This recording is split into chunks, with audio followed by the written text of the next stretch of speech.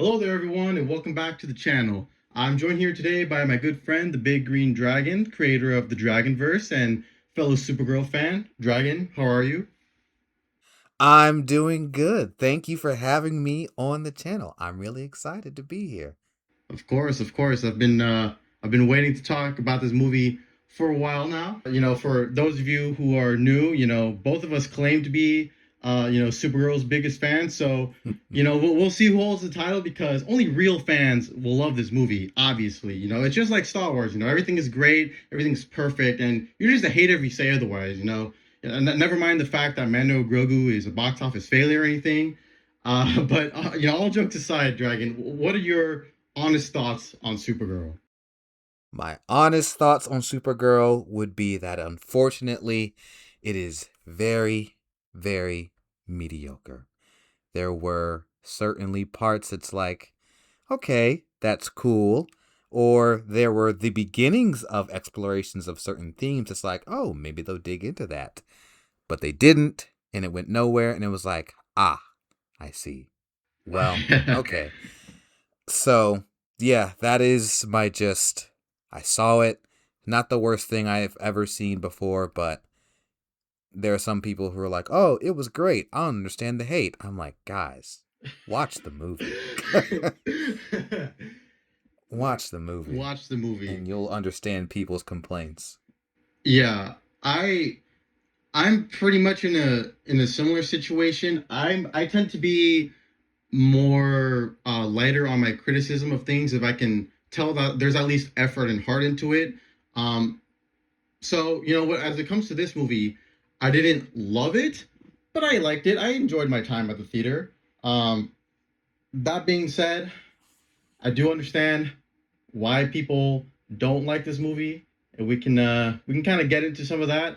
What was there anything in particular that you found to be like, awful, like trash? Like let's just get that out of the way.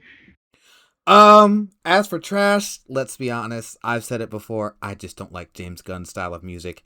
Yes, I know he didn't technically direct this one, but it's just the 80s rock stuff. I'm just like, let's find a trash bin to leave that in, please, Mr. Gunn. Or at the very least, save it for something else. That's the only thing I'm like, okay, that sucks.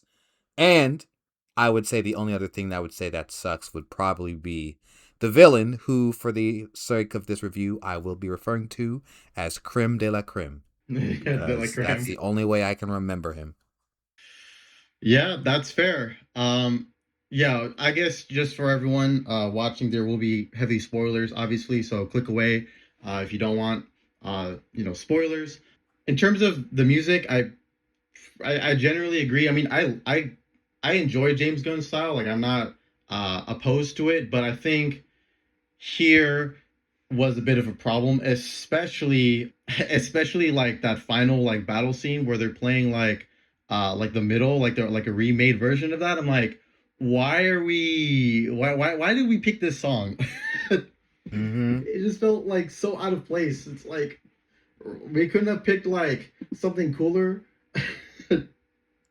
Or something more like a score. Like, if you think about the final battle scene from, I don't know if it was, well, I saw Superman 2025 again, 2026, whenever it came out, a couple weeks ago, but I don't recall that also having an 80. It probably did. I'm probably just misremembering it.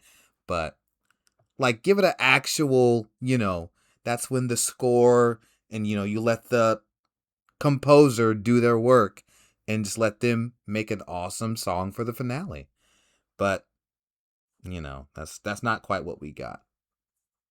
Yeah, it's funny because I was seeing somewhere that the director basically was like, we were trying to pick a song, like I guess they picked like they're going between like 50 songs or something to see like which one they should have, and apparently James Gunn was the one who made the final decision on that. That does not surprise me. And I don't want people to think that, you can't use an actual song for the, final battle if it works. I'm just saying, for my personal taste, I generally prefer, that's when you let the composer come up with something that can be, generally memorable, or if at the very least catchy, that'll Yeah. have them, have us go check out the score on YouTube or wherever it releases. Yeah, I mean, I've pretty much been listening to like the Superman soundtrack. Like I really like that soundtrack, so I've kind of been I've replayed that like a lot. I can't say there's like a single track from this movie I'm going to be replaying. Because I was trying to like listen for something that could be like, okay, here's Kara's theme, or like how certain composers will pick a little motif to run with. Like, if I say the Spider-Verse films, you can think of Miles's motif that they loop throughout the movie. But unfortunately for Kara, I can't really like, oh yes, this is Kara's theme. Lobo had a bit of a theme. I will give him that, and it was great, But he was only in it for a certain amount of time, but we'll talk about him later.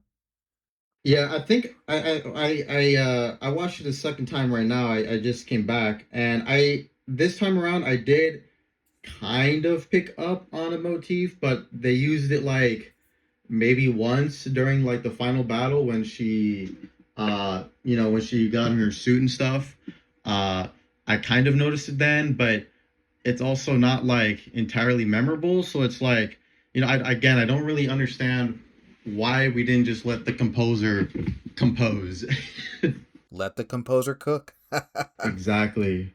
Well, let's move into like a kind of a discussion about the Krypton of it all, because I feel like that's kind of my second problem with the movie. Not necessarily like okay, I guess there's two aspects of Krypton. One I really liked, which was kind of the general like background, like origin stuff with Kara. Like I thought pretty much all of that was great. Like Superman kind of stole the show whenever he showed up. But kind of on the other hand was like I feel like they need to establish Krypton like more. How do I like say this? Like they need to establish how everyone knows about Krypton's destruction. It just seems like weird that Krem de la Creme like has his kryptonite and he somehow knows about like green suns, and it's like, yeah, I don't know. What are your thoughts on all that? I think that was actually, now that you mentioned it, one of the parts in the movie that audibly got a reaction out of me. Because I'm probably like others who saw the movie, whenever he's bringing it up, I'm just like, how do you know that? Right. Like, how would you know that at all? Because, again, there are literally two of them left in the entire galaxy. There is no way Creme de la Creme would be like, you know what? I'm gonna fight a Kryptonian one day. Let me make some kryptonite darts real quick, just in case. And then it's like, well, would you look at that? It worked out perfectly. See, guys, that's why I'm the boss. I'm the smart one here. But Yeah. I was like, I don't, maybe it was from the graphic novel or the comic book it's based off of, Uh-huh. but I was like, what's this green sun thing? Because I have never heard of that Yeah, same, in same. any DC Comics media. I don't know if that was something they created for the movie. Again, if it's in the comic book, guys, don't kill me. I haven't read it. I didn't read it because I didn't want to have preconceived notions of how the story should play out before watching the movie. I wanted to go in as blind as I could. So yeah, I avoided reading the comic. So if it's in the comic, I'm not gonna lie, it's still kind of ridiculous, but hey, at least it's there. And yeah, no, that was one of the things I was like, yeah, okay, guys. I get it, Kryptonians are strong, but this is a little bit much for me. Yeah, I mean, I guess like I feel like they could have come up with a better explanation. Like, let's just say like the sun is made like the sun itself is made out of kryptonite for whatever reason. Like, okay, like I guess that could be like a valid explanation. But it just kind of seems to me that they really nerfed Supergirl in this movie.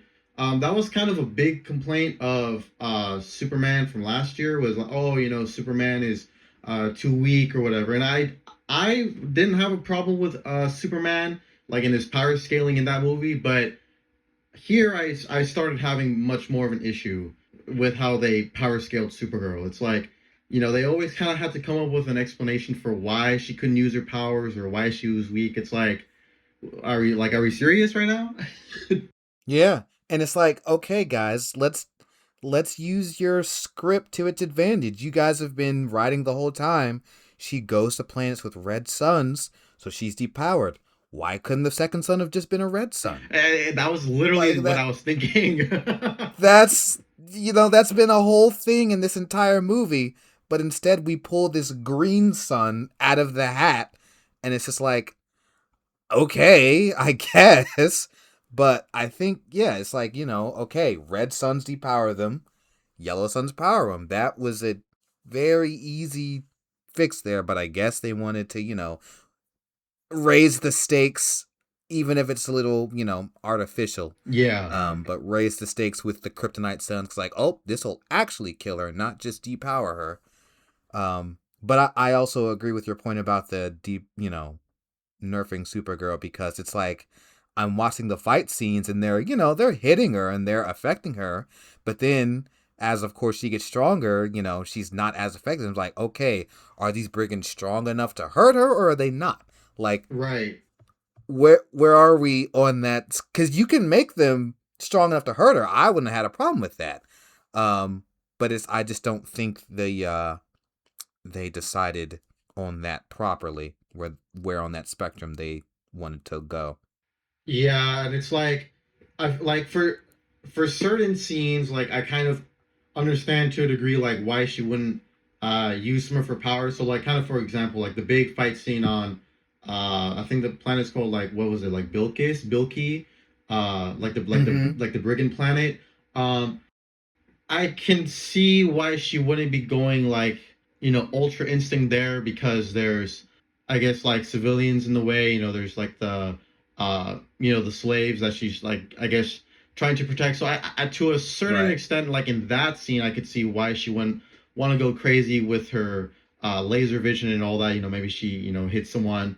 But like, in other scenes, it doesn't really make sense. Like when she got hit by kryptonite by Krem, it's like she's just gonna like accept her death, kind of. But then she like shoots him with lasers like afterwards. It's like what is the reason here? Mm-hmm. And yeah, I saw in another review, for a particular YouTuber that we're both subscribed to. Um, I watched that but review. basically, one of the things he brought up was like, obviously, Kryptonians are very powerful. As far as DC goes, they're generally one of the strongest aliens. So, there's almost that excuse people being like, oh, you kind of have to nerf Superman, you have to nerf Supergirl for the fights to be interesting. And as a lifelong Superman and Supergirl fan, it's like there are plenty of people in the DC universe who can fight them with no need to nerf them. Right, right, So that's where I'm like, okay, if you have Krem here and you want him to be one of those guys who can fight a full power Kryptonian, just let him be one of those guys. But it seems it's like, I hate to bring up this comparison because it happens all the time these days, but anime and comic books, anime has these super powerful characters that do. I mean, you brought up Ultra Instinct Goku. So we have Ultra Instinct Goku, and yet they have no problems finding people for him to fight at Ultra Instinct, and he's losing. So it's like this. We can do the same for Superman. Um, you know, Consider this my pitch for Mongol to finally make his live action debut sometime. Please, somebody, James, Jimmy, my friend, if you can hear me, Mongol, get him in here. Again, everyone's always like, oh, well, gee, it's always so hard to find someone to fight Superman. Mongol. Right there. Mongol. He also gets powered by a yellow sun. Come on, guys. Something that that in that review that we both watched, something that they brought up, which I really agree with, and I don't really know if this is like a DCU problem or maybe it's a wider issue in the comics, but Kryptonians are these like super like they're supposed to be this super advanced species, right? At least as it's portrayed in the film. Like they have like this entire like a force field to like cover Argo City, as Krypton is exploding, and they have presumably faster than light travel, so their pods can go to Earth, right? So it's like they're these super advanced species, and yet like none of them like were outside of Krypton during its explosion. Like it seems a little odd to me that there are only two Kryptonians left in such an advanced species. They like never left their planet. Like again, maybe that's a wider problem like with the comics that I'm having, but it's just like it's this weird thing because the more Kryptonians you have, the less special Superman is, right? It's kind of like Order 66. The more Jedi who survive, the less special Luke is, right?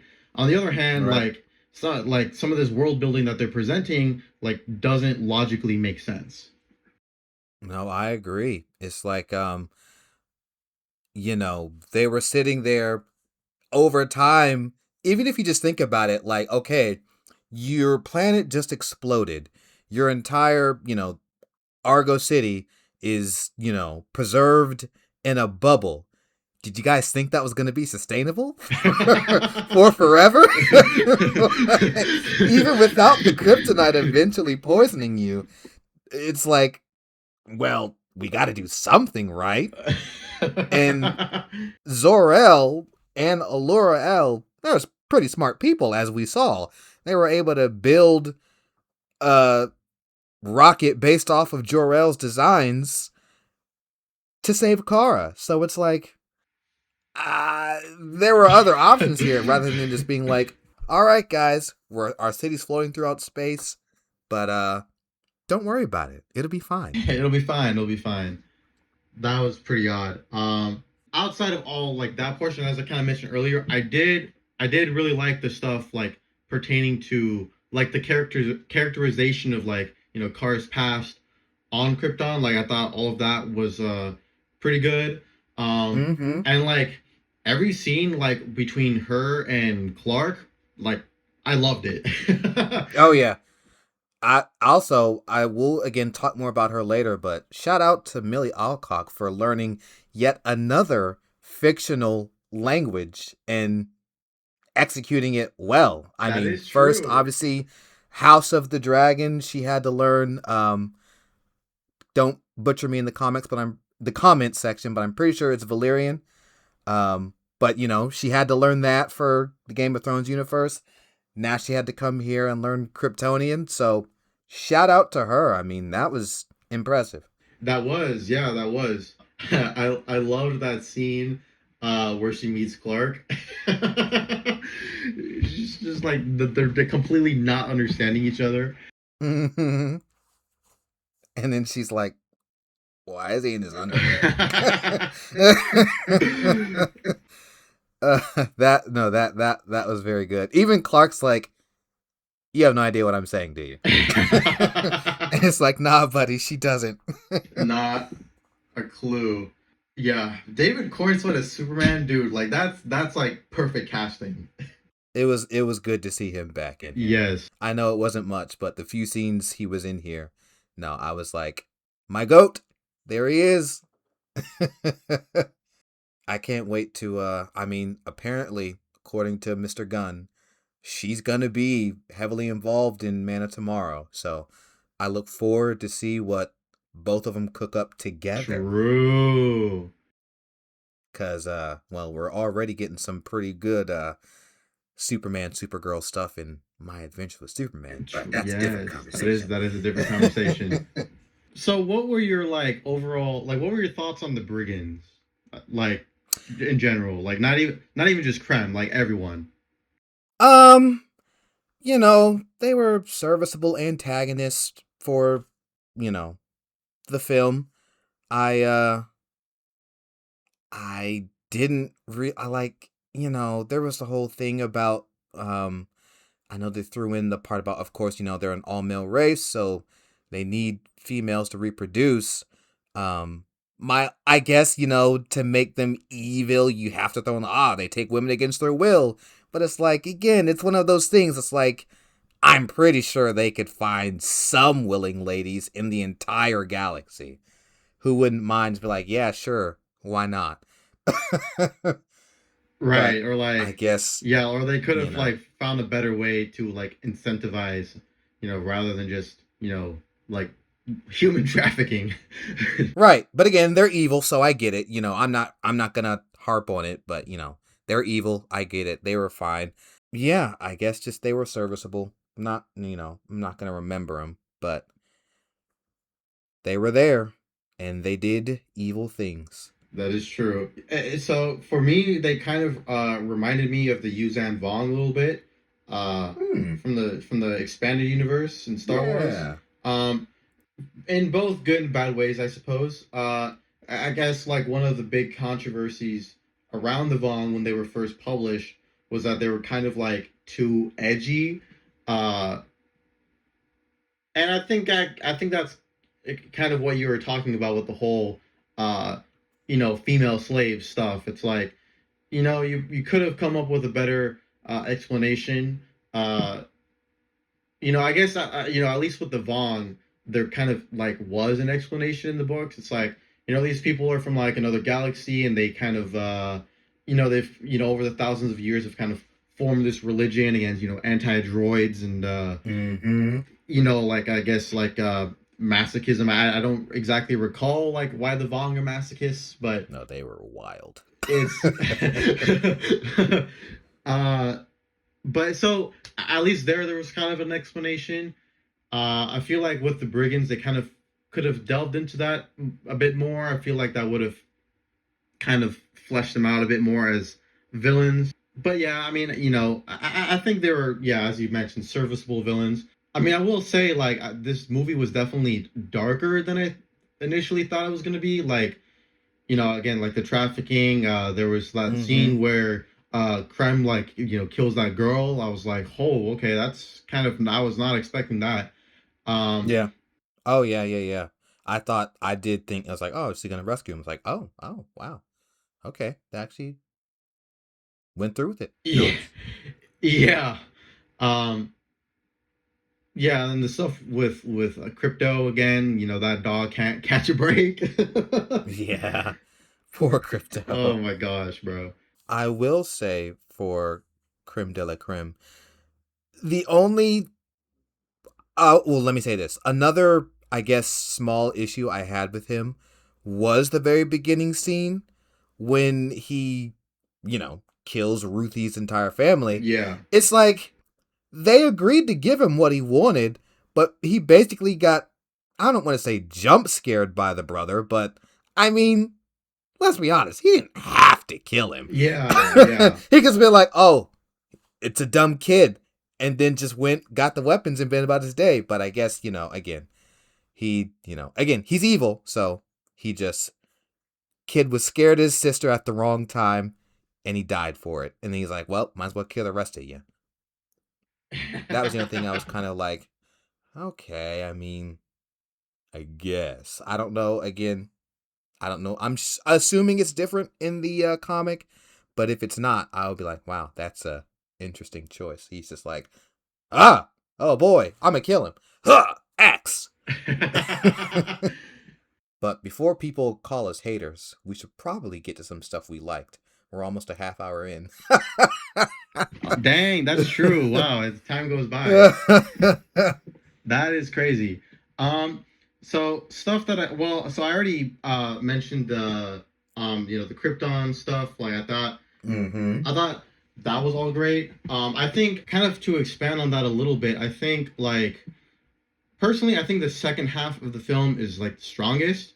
Yeah. Particularly like the scene where she's kind of recounting her origins with Ruthie, and kind of saying like, oh, like this, the way I am could potentially be like how you end up if you don't like check yourself. And I thought that was good. Mm-hmm. Um, there's a lot of stuff in the first act that I really enjoyed as well.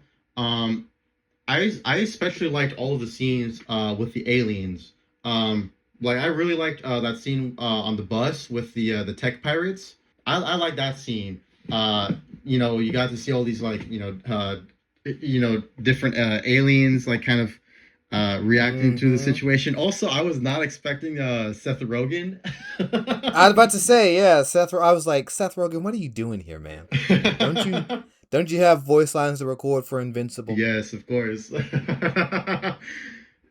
Yeah, I love the scene where she's like trapped in that little like entrance area. She's like, "Hey Mm-hmm. buddy, like take us closer to the sun." He's like, "Hey, like, I don't have an engine or balls, so I'm not doing that." Yeah. um, I guess probably the most important thing we probably should have said at least 20 minutes ago is I did like Millie Alcock. Um, Yes, yes. I think she did a good job with her version as Kara. Again, I generally like when Superman and Supergirl are, you could tell there's a difference between them. So this movie portrayed that very well. So it's like, I thought so, all yeah. right, that's that's how I like it, and that's what they did. The when she was imitating the Earth Girls, that I will say was particularly funny. Dude, I Um, loved that. that part was particularly funny. Yes. Um, Obviously, again, everyone's been praising Momoa, and no difference here. I loved him. Just a few minor gripes. Again, never called himself the main man. Um, he said Bastich, but he didn't say, frag or scrap. But again, minor gripes, people. Minor gripes. Don't beat me up. Just things I would have appreciated. Uh-huh. Um, what else? Yeah, I don't have like I don't really know Lobo too much. Like I've seen a few like aura panels with him. Well, so anyways, as someone who doesn't really like know anything about Lobo, I loved him. Honestly, he Oh might have yeah, been the best part of the movie. yeah, for sure. That actually, I will just say just a quick thing. We'll probably discuss the plot and story in its own dedicated segment, but I think there was a missed opportunity to have him play a bigger role in the story. But we'll cross that bridge when we get to it. Uh-huh. Ruthie was okay. Again, I didn't mind her for her role. The performance was fine. Um, but I wasn't like super attached to her character or anything. Like, oh yeah, Ruthie, she's awesome. um, and I think that was pretty much, yeah, it was a small It's a cast, pretty and small cast, yeah. Creme de la Creme, he did evil stuff, and it was just there. Yeah. No offense to the actor. Uh, I know for a fact I've seen a few comic panels, um, but I will say I know for a fact that Krim looks very different in the comics. In the comic. So I was yeah. like, huh. I don't know why they decided to change the design. But again, I guess make him look more alien, I guess. And he had the Sith eyes too. So you would know he was evil. Right. Yeah, that is true. I guess I didn't notice the Sith eyes too much on him, but I did notice it on Lobo. That was cool. Oh yeah. Yeah, yeah, yeah. No, Lobo again. Also, shout out to Momoa. I don't know if um Momoa worked out for the role, but he looked jacked, Yes. which is how I prefer, when you're portraying superhero media. I prefer for the actors and actresses to have a solid workout routine. But that's just me. But no, he definitely looked, not just acted Lobo. He looked the part of Lobo. Yes, yes. Yeah, that was awesome. Do we want to just get into the logo of it all, or because you said you had some other stuff, We right? Yeah, we can get into the Lobo of it all. Really, just my main thing was, all right, so we get into the story and they go to the, again, I think it was the second planet, when they were looking for Creme de la Creme and the Brigands. So they knew they needed to find them. And then when we actually meet him, it establishes that Kara already knows about Lobo. I personally Oh, think true. the objective should have been for Kara to seek out Lobo from the beginning. And then, obviously, you know, maybe that scene can still play out the way it does, and then he reveals himself at the end. Uh-huh. And it's like, oh, shoot, well, here's the guy I'm looking for. And then it's a matter of convincing Lobo to help. Lobo does, I'm the main man. The main man doesn't help for, pennies and scraps. What do you got for me, little lady? Uh-huh. So, pretty much they have a little back and forth, make some sort of deal that Lobo, of course, is like, yeah, sure, I'll help you guys out. Then you have the three of them working together because, again, as the movie establishes, he was hunting a brigand. Kara and Ruthie were looking for Krem de la Krem. I just don't know why they didn't have her seek out Lobo. And then from the rest of the movie, it's the three of them together. Because then you could have Lobo play that counterbalance between Kara advising her Ruthie, to, not go and seek revenge. Uh-huh. And Lobo being that opposite perspective of being like, revenge might not be the worst thing in the galaxy. So, Uh-huh. play devil's advocate. Because I think he pretty much agreed with Kara, even without, the two ever even talking about it. Because Ruthie's all like, I'm going to kill him. He's like, no, don't worry about that. I'm like, would that really be Lobo's perspective? Because he's a bounty hunter. I mean, I thought in the prison sequence that he was kind of acting more as the devil's advocate. Like when he's like, yeah, you're right. You're a savage. I can tell. Yeah, but I think just from, okay, we got Momoa, we got Lobo, just have the three of, have Kara and Ruthie seek out Lobo, they find him in the bar, and then the rest of the way, they're palling it together. And then, heck, at the very end, which we'll also discuss with Kara and what eventually happens to Krem de la Krem, I think that could have been another opportunity for Lobo to, get the final blow, so to speak, rather than Kara. Yeah, that makes sense. Because it was like, when it happened, I was like, interesting choice. Yeah. Like, I didn't hate it. Again, just for anyone listening, I didn't hate it. I didn't think it was a bad choice. But I was just like, all right, well, she decided to go through. She decided to go through it. Yeah. I guess I have mixed feelings on that because like I don't know, I feel like the whole point of Supergirl's character like should be to like, her the way she gets to, truth, justice, and the American way is, very, very different than Clark's. Yeah. So like, you know, her killing him does kind of conflict with that. So I guess one could argue that she hasn't, reached Clark's level yet in terms of, the ideology or whatever. Yeah.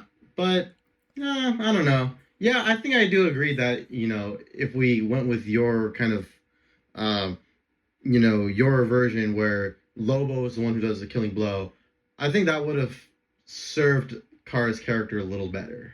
Yeah, that was just the one thing. It's like, and he was in the, like, we saw him on the back, like, yeah. It's like, well, why? It's like, what? That could have been you, bro. Right, exactly. I know you came for your guy and you got him, but I mean, at that point, this is like, you're in the thick of it, buddy. Yeah. Take them all. Exactly. They took your bike, man. He'd have been pissed. Yeah, I think including Lobo more, like in your version, probably would have helped with. There's that one scene where, like they're with that family or whatever, and they use Kara and Ruthie as leverage to get the Brigands. That all to me felt like a little contrived. I felt like, if we used your version where, they find Lobo and, obviously Lobo is, bounty hunting, so she would know where, right? We kind of avoid this whole contrivance situation. Yep. Yeah, we just sidestepped that completely. Yes. It's like, even if you still want that fight in that, to end the second act, we can still get it for sure. It's just, flip around this. Because again, at this point they're actively tracking him. So naturally, if you're bounty hunting someone, you're going to find them, and then he's not going to want to go with you. That's when you get your end of the second act fight, or at least in this version of things. Yeah. Instead of Supergirl getting betrayed, because from I saw it Friday night, but I don't think Kara really reflected on it much. So I don't think it was really anything that affected her much, or a lesson she took from it. At least, again, I might be misremembering, but it's like, she's not going to learn anything from it. I don't know if it was necessary. You're I right. might be wrong. You're right. There wasn't like really much, on Kara's end. Which actually, I would probably say my biggest, aside from him just not being very memorable, biggest issue with Krem de la Krem was that he really had nothing to do with Kara. Yes, I know, people, he shot her dog. I get that. But I'm talking about more of he doesn't challenge her morals in a way, or he doesn't challenge an idea that she holds. Because, again, maybe in the few hours between Friday, I forgot, but I don't distinctly remember he and Kara having a direct conflict aside from, I need to get the antidote. And that's cool as a plot device, like, I need to get the antidote from him.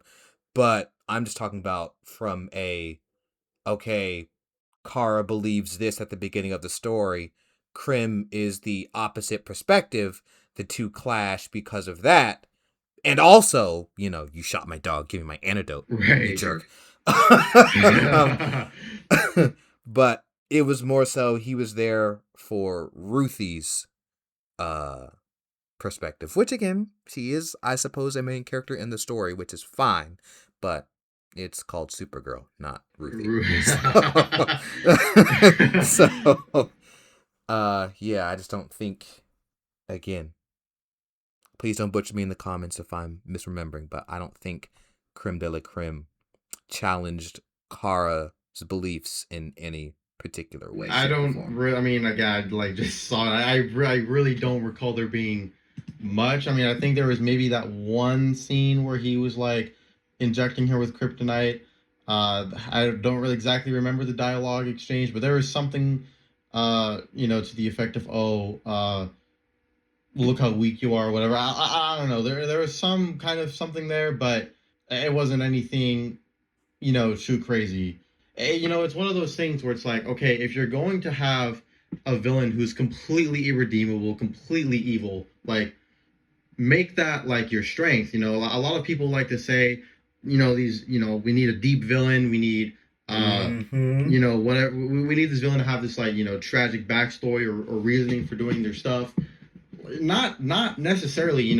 Emperor Palpatine, for example, is like just straight up evil. Like, there's pretty much no reason ever given for why he's evil, but yet he's like one of the greatest villains in cinema because he is such a stark contrast to the Jedi way, and to Luke trying to redeem his father. Also, of course, Ian McDermott's performance really helps with that. But an irredeemable villain can work. It's just you have to do it properly. I think Ozai is another example. He's a dirtbag. He's trash. Like, he's irredeemable, but he's such a stark contrast for both Aang and Zuko's stories that it works. Whereas here in Supergirl, there wasn't really that much, except for, like you mentioned, the stuff with Ruthie. And that actually brings me to another thing, and it's more of a broader issue. It's not just a Supergirl thing, but sort of a broader issue with these sort of, I guess you could call them side characters based off of the main character. But it's just that I think this also would have been a perfect chance. Now, again, technically, Krem de la Krem can fall under this category, but this would have been a perfect chance to make a Supergirl villain. Like, this is Supergirl's villain. Like, this is her villain. This is not somebody that hates Superman, but we just repurposed the villain to fight Supergirl. Like, that's kind of where I'm a little disappointed. Also, that Krem de la Krem wasn't have any personal beef with Kara because it's like, you know, you have these characters, the Supergirls, um, Miles Morales, Spider-Man. It's like, you know, these comic book companies make these characters, but hardly do they ever flesh them out and fully make them characters. Like, they don't give them a full rogues gallery. They Right. don't give them their own side characters. It's more so it's like, well, you know, here's this character, and you know they're popular-ish, based off of, you know, the main more popular character, in Right. this Right. case Superman. But we're not gonna make the effort to give her her own Lex Luthor or her own Brainiac. I'm not saying there can't be overlap sometimes. Like, again, Brainiac makes sense to target Superman and Supergirl because they're all Kryptonian. Right. But you could give her, again, somebody over here to face who can fight her, you know, at full power, and challenge her in any number of ways, not just physically, but challenge her beliefs in some way. But yeah, that's just an issue with, not limited to Supergirl, but it's something I would have liked for this to happen, and unfortunately, Creme de la Creme did not fit the bill for me. He does not make the cut. No. And it's like to bring up the CW show, they gosh. As painful, I'm sorry, people. Oh, brother, this guy stinks! In the comment section, I'm sorry for bringing up that show. But there were times when it's like, oh, look, she's fighting female Brainiac. It's like, that's not what I'm talking about. Or they gave her own Luthor. It's like, no, that's too easy. Stop it. Do something more creative. Now, is Rain original to the show, or is she like in the comics as well? That I think she was, and that's why she was my favorite villain in the show. Because I'm pretty sure she was original. Yeah, I stopped watching that show after season 2, for obvious reasons. Yeah. But I kind of like know about, you know, stuff that happens afterwards. And from what I know, Rain herself seems to be like a pretty cool character. She was. Again, like I said, Rain was like, oh, wow. It's like, you know, the sit up in your seat meme. It's like, oh, this is actually interesting. Yeah. So when that season ended, I was like, how are they going to follow this up? And wow. Well, yeah. Why are we still here? Just to suffer? Yeah, it was bad. But Rain, that's what I'm talking about. More Rains. And again, since I brought him up, I don't count the spot for like Miles. I understand they took him and made it work for this particular story. But let's be honest, he originated as Peter Parker's villain. Right. So that's technically, again, in my books, don't crucify me, but in my books, doesn't really count.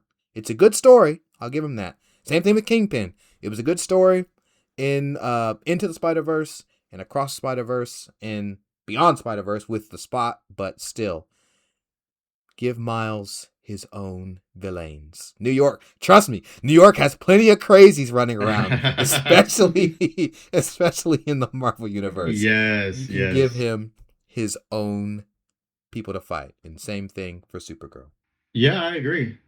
Yeah, I guess that would be like the biggest thing that would help separate a character more from Superman. But I mean, I guess generally speaking, I do, like, I think we mentioned earlier, but I do think they do a good job of differentiating the two characters here, right? Like, she's that whole the trailer line when Kara's like, you know, Clark sees the good in everybody and I see the truth. That line that got way overhated. In the context of the movie, it wasn't bad at all. I liked that quote in the film. Yeah, it was like much ado about nothing. Surprise, surprise. If anything, this movie just made me even more pissed at the controversy surrounding it. I mean, again, there are very, very valid reasons to not like this movie. There's a lot of kind of dumb things. I mean, we've kind of already discussed that. but I do feel like a lot of it was kind of overblown for For sure.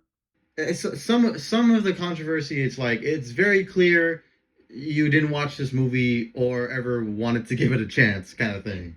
Yeah. Yeah. I didn't mind that line at all. Oh, I guess since this is kind of an important thing to talk about, world building. Um ah, I know some people are saying, again, just in other stuff I've seen, like, the world building was all right, but at the same time, it's kind of like, what did we really establish aside from a few planets here and there and the type of sun they have? It's like, they're fleshing things out, sure, but it wasn't like, oh, we're gonna definitely come back to this location in the future, Right. 10 years down the road. Yeah, I like the stuff with like the Brigand planet. I thought that was generally like interesting. I mean, again, like the whole like like slave stuff was I think a bit much, but I think I think I was more interested in how such a race kind of comes to be, right? Like, and that was kind of something my brother was actually asking us after we watched the movie. He's like, if they're a male only race, like how exactly does that happen? Like at some point the Yeah. race needed to like repopulate on its own, right? Right. Because if they start, like, yeah, if you think about it, they would have had to start on their own planet in their own corner of the galaxy. So, unless, unless they were just reproducing asexually for a while and then were magically like, you know what? Let's switch to sexual reproduction.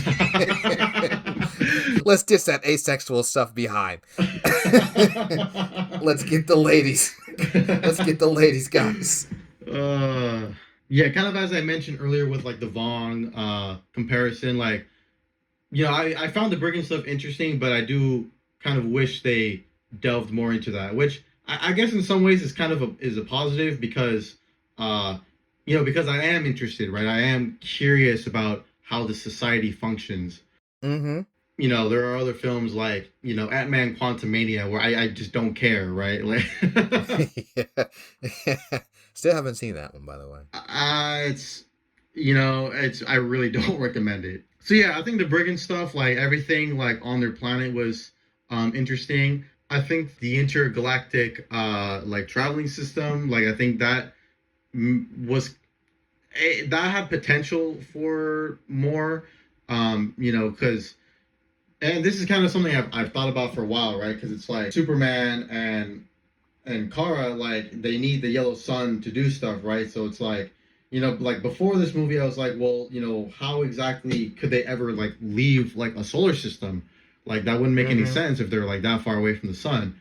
Here, I thought like, with the whole thing with the intergalactic bus system, like I felt like that worked.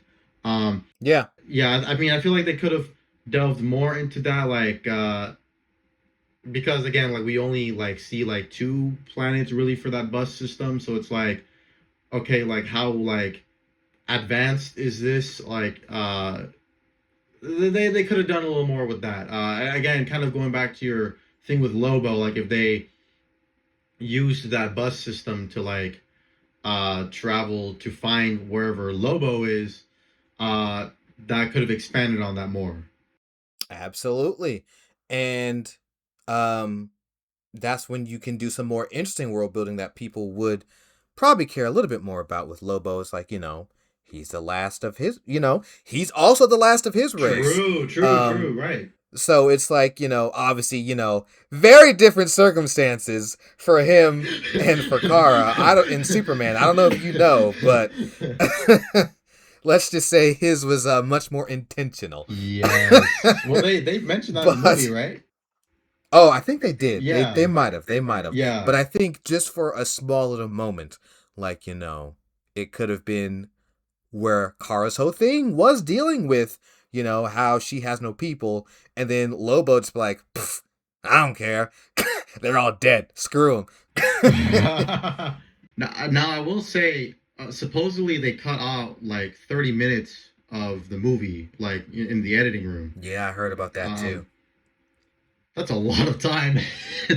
That is.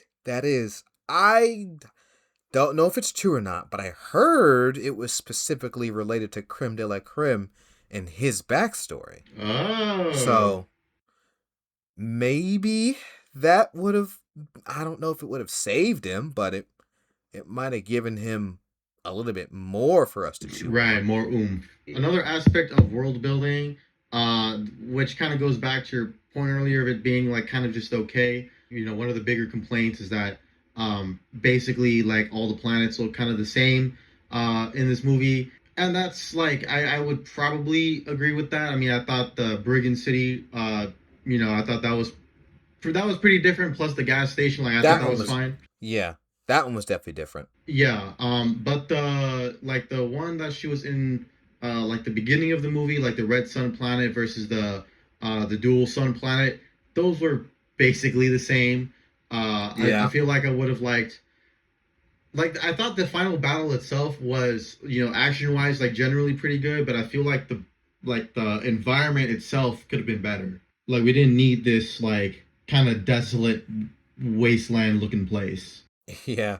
I guess that's another thing I will say. The action scenes were, again, pretty good. I didn't have any complaints about the action Yeah, scenes yeah.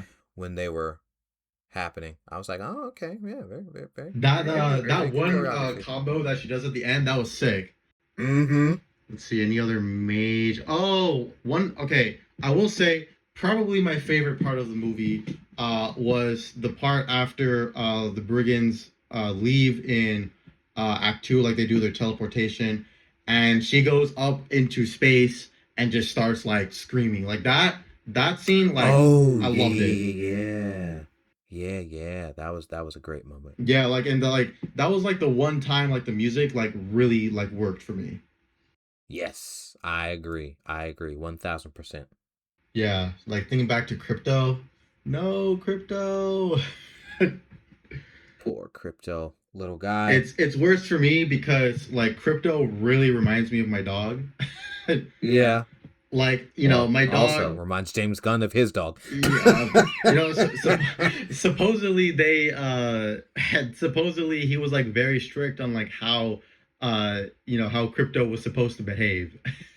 Yeah. Which is like, okay, James Gunn, like, whatever. I find it a little weird how he kind of does that kind of stuff. Like, Crypto has to be his dog, or Peacemaker's Mm-hmm. love interest is his wife. It's like, oh, okay, bro. Like, this is a little weird. It's a little weird, bro. Yeah. and we got his dog, we got his wife playing Peacemaker's love interest. His brother is Maxwell Lord. Is that it? Yeah, yeah. Or yeah. His brother's Maxwell Lord. So Yeah, it's like, okay, James Gunn. um now that's, I guess, another change that I don't know if, again, in the comic they changed Krypto to be Kara's dog, because obviously 9 times out of 10 Krypto is Clark's dog. Yeah, yeah. So obviously they made that change back in Superman last year. Yeah. But again, not the worst thing in the world. But it was just something like, oh, yeah, okay, that was a choice. But I can see, with this being the second story and connecting it to Woman of Tomorrow, I can see why the flip was made. Yeah. I just don't know if it's the same in the comic. It's like, oh yeah, okay, Krypto is also Kara's dog. And for those that are interested, Krypto in most media is technically portrayed to look like a Labradoodle. Not a Labradoodle, I meant Labrador. Now, how exactly like does Superman get crypto like in the comics? Because I always found that to be like kind of like a question mark for me. Like, was crypto in the same pot as Superman? As per most things, if memory serves, Krypto was, a later creation. Um, so I, unfortunately, it pains me to say I don't remember his exact origin, but 9 times out of 10, it's usually, um, Krypto was elsewhere at the time of the destruction, um, and either was launched through space by other means, or Krypto's a smart doggy. Uh-huh. Just zippity zoodod on over to Earth. Because I think he was in. Was he in the animated series? I feel like he was. And in that one, I think he might have crash landed to Earth, and then of course Clark finds him, and it's like, hey, Right. you're like me. Yeah. And then of course, named him Krypto, and the rest is history. Right. But I know he actually. Well, I can't say that's spoilers for the week's episode of My Adventures with Superman, so let me not say that. But, yeah, generally I think it's 9 times out of 10, Krypto crash lands to Earth, Clark finds him, adopts him. Oh, no, that's what it was. Superman animated series, he was his dog back on Krypton. So, yeah. Oh, okay. Yeah, he was his dog back on Krypton. Didn't get sent in the pod with him, no. So,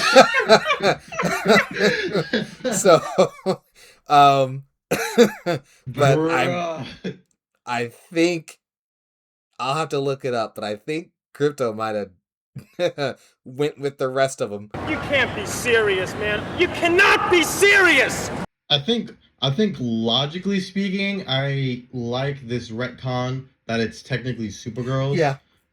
Just logically speaking, it's like, again, unless they're doing the whole thing of, Krypto was in the pod with Clark, but also that technically wouldn't make sense because dogs only live 15 years, unless Kryptonian dogs are, built different, but... They get that yellow sun radiation. They're like, oh, yes, look at that. Now, something that I found kind of interesting about the kind of this whole timeline situation was that in the movie, Kara was born 8 years after Krypton's destruction, whereas usually she's kind of sent with Clark, but kind of gets sent to the Phantom Zone or something happens or whatever that delays her. So I found that. So what did you think of that? I was like, that's another thing. I was like, it's not, a deal breaker. But generally, I guess you could say I'm more used to Kara being, I think it's biologically older, but because of, her pod got knocked off course, or she entered a time blip in the Phantom Zone. She arrives when Clark's an adult, so she is biologically older, but physically younger. I think that's the correct phrasing. Uh-huh. But yeah, no, I was like, again, not a deal breaker, but it was interesting. Like, oh, so she's younger in this version. I think I read online somewhere that there was another, I think it was the post-crisis version of Supergirl that was canonically younger than Superman. But generally speaking, my experience is that she's older, but of course just arrives later. Yeah. A little Aang situation. Mm-hmm. I think there was one version she was like orbiting the sun for a really long time, and then her pod was like, you know what?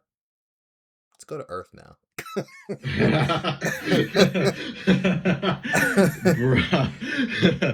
I think that's like kind of the main stuff, right? I mean, I don't... Yeah, I think so. So, from a scale from 1 to 10, 10 being absolute cinema, 1 being absolute trash, what would you rate this film? I am going to give it... I think I'm going to go with a just perfectly right in the middle 5 out of 10. That's fair. Yeah, I think I understand a 5 score. I'm gonna be more generous. I'm going to give it a 7 out of 10. For me, I enjoyed the movie. I think there are more good things about it than not. Yeah, I would give it a 7 out of 10. Though I understand, why people give it a lower score. I don't really understand some of these publications like Variety saying this is like the worst superhero film ever made. Like, have you watched Madam Web? I mean, come on. I was like, wow, Variety. Wow. Don't expect that from you guys. Yeah. It was like, hey man, go watch Supergirl and just, write up your review. He's like, okay. Man, that sucked. And they're like, whoa, what are you doing? You're not supposed to say that. Oh my gosh. You're gonna get our access revoked, you idiot. Did you read that whole review? I was just like, man. I was looking at it like, wow. He is not holding back. No, that one there's like one part where he's like, "Oh, Ruthie's name is so bad. It's almost as bad as the names in the Star Wars prequels." I'm like, "Hold on. What?" Yeah, I know. Prequels catching an unnecessary stray. Yeah, it's not even like those names are bad. Right. This is one of those movies where I really don't understand the controversy. Like, again, there are, as we've talked about, very valid reasons not to like this movie. And I do think, maybe not as bad as like other actresses, but I do think Millie Alcock herself did kind of fan the flames a little bit with some of her comments. Did. Yeah, I'd Yeah. say she did. But overall, I thought she was pretty good in the role. I just look forward again to seeing what she does next in Man of Tomorrow next year. Yeah. All right. Well, with that, I think we're gonna wrap up the video. So if you've made it this far, thank you all for watching. Go check out Big Green Dragon's stuff on his channel. Do you want to give like your pitch for the Dragonverse? Absolutely. If you guys love superheroes and superhero content and you can't get enough of it while you're waiting for the MCU to drop their next movie, you're waiting for DC Comics to drop their next project, or maybe you're, an actual comic book reader and you're going and getting your daily and weekly pulls and you're like, you know what? I just need something else that's a little familiar but also new. Come check out the Dragonverse, baby, where our motto is familiar powers, unfamiliar heroes.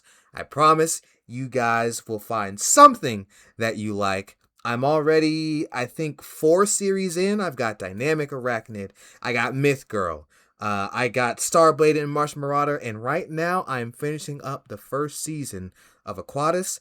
And I've even got a few annuals out. So, if you're interested, come check out the channel. I promise you'll have a great time. Awesome. Yeah, links will be in the description for all that. I've personally been enjoying the stories. I really especially liked Starblade and Martian Marauder. Like, I had a ton of fun listening to that. So, yeah, so check out Dragon stuff. And with that, thank you all for watching, and may the Force be with you. Bye.